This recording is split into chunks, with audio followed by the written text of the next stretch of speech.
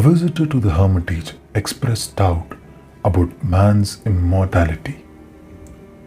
The master said, "Try to realize that you are a divine traveler. You are here only for a little while, then depart for a dissimilar and a fascinating world.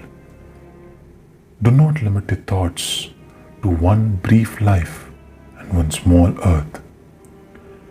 Remember the vastness of the spirit that dwells within you."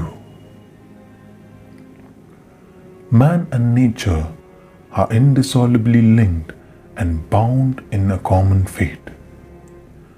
The master said, "The forces of nature work together to serve man.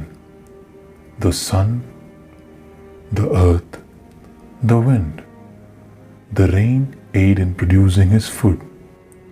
Man guides nature, though usually unknowingly.